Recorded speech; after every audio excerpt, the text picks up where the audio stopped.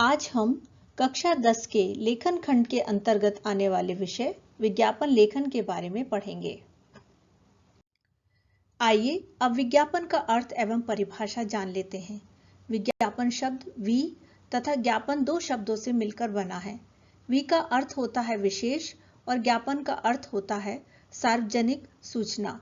किसी भी वस्तु के गुणों की जानकारी तथा अपनी बात को अधिक से अधिक लोगों तक पहुंचाने के लिए जिस माध्यम की सहायता ली जाती है उसे विज्ञापन कहते हैं।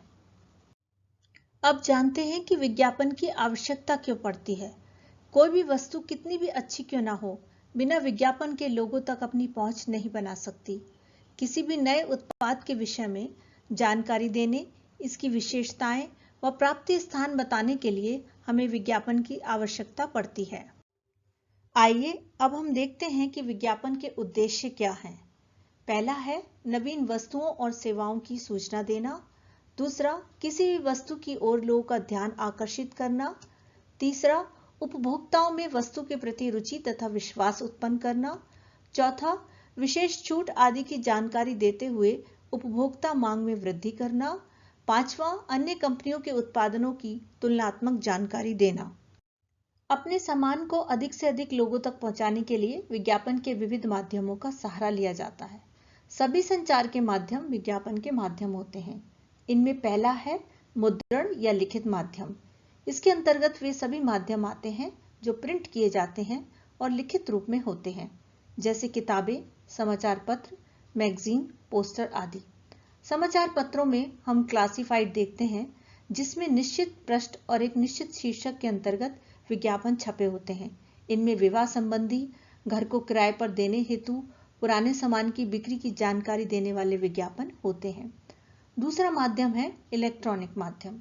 इसमें पहला है श्रव्य माध्यम। इसके अंतर्गत ऐसे विज्ञापन आते हैं जिन्हें केवल हम सुन सकते हैं।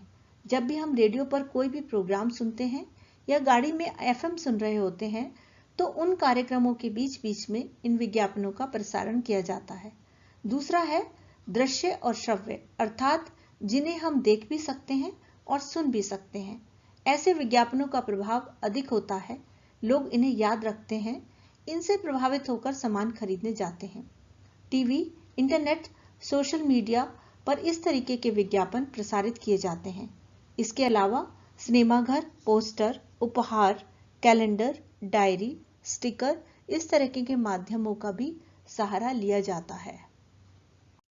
विज्ञापन लेखन करते समय कुछ बातों का ध्यान रखना चाहिए।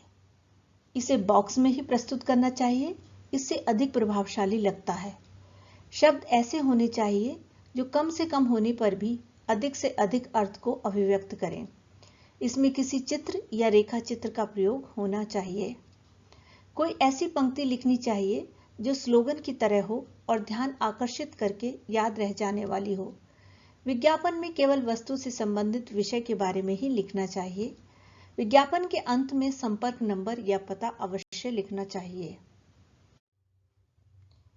विज्ञापन लेखन का प्रारूप कैसा होना चाहिए, आइए देखते हैं।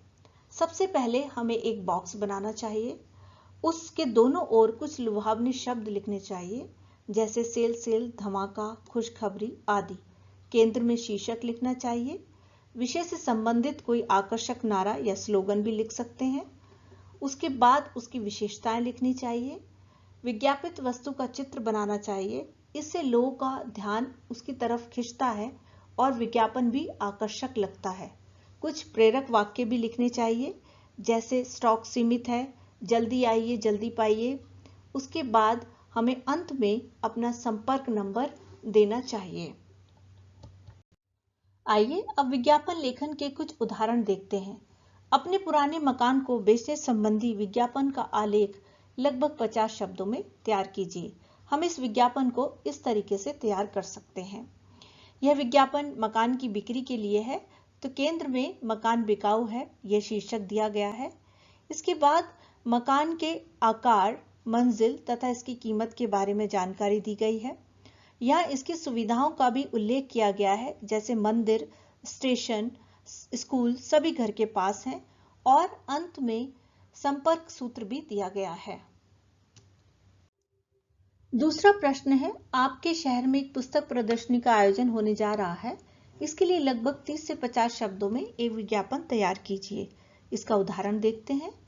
इस विज्ञापन में हम देखते हैं खुशखबरी जैसे लुभावने शब्दों का प्रयोग किया गया है। ये प्रदर्शनी कब से कब तक चलेगी, इसके बारे में जानकारी दी गई है। इसकी विशेषताओं का भी उल्लेख है। प्रख्यात लेखकों की पुस्तकें आकर्षक छूट के साथ मिलेंगी।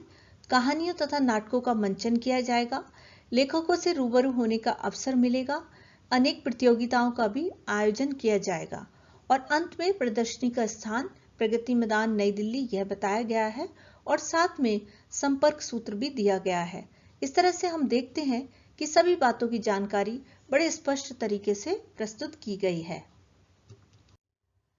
तीसरा प्रश्न है, क्योर मास्क बनाने वाली कंपनी के लिए लगभग 30 से 50 शब्दों में एक विज्ञापन तैयार कीजिए। इसका उदाहरण देखते हैं।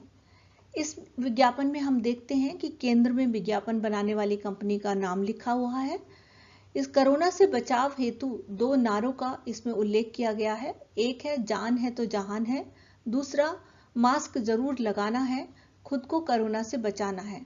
इस मास्क की विशेषताएं क्या हैं, इसके बारे में भी उल्लेख है। संक्रमण से पूर्ण सुरक्षा, 100% प्राकृतिक, पुनः उपयोगी अर्थात इसे दोबारा भी प्रयोग किया जा सकता है। बच्चों के लिए आकर्षक रंगों और डिजाइन में भी उपलब्ध है। इसकी कीमत केवल 15 रुपए है और ऑनलाइन भी इसे खरीद सकते हैं। इसका चित्र भी यहाँ पर दिया गया है और विज्ञापन के अंत में फोन नंबर और ईमेल भी दिया गया है। यहाँ पर आपके अभ्यास के लिए 4 प्रश्न दिए गए हैं। पहला है, आप अपनी पुरानी कार को बेचना चाहते हैं, इसके लिए एक विज्ञापन तैयार कीजिए। दूसरा है, मोबाइल फोन बनाने वाली कंपनी के लिए एक विज्ञापन तैयार कीजिए। तीसरा है, अमृत कोचिंग सेंटर में छात्रों को प्रवेश लेने हेतु आकर्षित करते हुए एक आकर्षक विज्ञापन तैयार कीजिए। चौथा है, ध्यान योग प्रशिक्षण केंद्र में लोगों को आकर्षित करने वाला एक विज्ञापन तैयार कीजिए। आज की कक्षा में सीखी गई सभी बातों को ध्यान में रखकर आप इन सभी प्रश्नों का अभ्यास कीजिए। अवश्य ही आप परीक्षा में अच्छे अंक प्राप्त करेंगे। यदि आपको ये वीडियो पसंद आई हो तो प्लीज लाइक करें, मित्रों के साथ शेयर करें, सब्सक्राइब करें तथा बेल आइकॉन को प्रेस करना न भूलें ताकि आपको मेरी आगामी वीडियो की नोटिफिकेशन मिलती रहे। धन्यवाद।